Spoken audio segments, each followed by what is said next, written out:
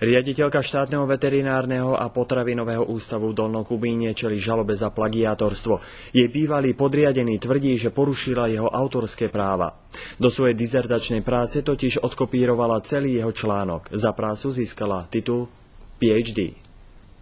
Vedci zo štátneho veterinárneho a potravinového ústavu skúmali rok gény baktérií v brinzi. Výsledky ich výskumu publikoval Ivan Holko v českom časopise. Na Slovensku sa potom tento text objavil v dizertačnej práci jeho bývalej šéfky. Tento článok je skopírovaný, dá sa povedať, od slova do slova v celom svojom rozsahu. Ivan Holko tvrdí, to nie je citovanie, ale porušovanie autorského práva. V tej práci pôsobí ako jej vlastná práca, jej vlastná interpretácia.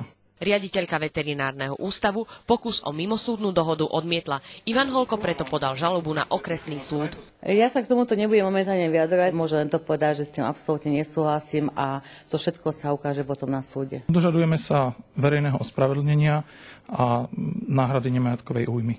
Zákon o vysokých školách neupravuje odňatie titulu či vedeckej hodnosti. Predpokladá sa, že ľudia na istej inteligenčnej a intelektuálnej úrovni sú morálne bezúhonní. Ivan Holko informoval o prípade aj vedeckú radu Univerzity veterinárneho lekárstva v Košiciach a požiadal vysokú školu, aby stiahla dizertačnú prácu zo svojej knižnice.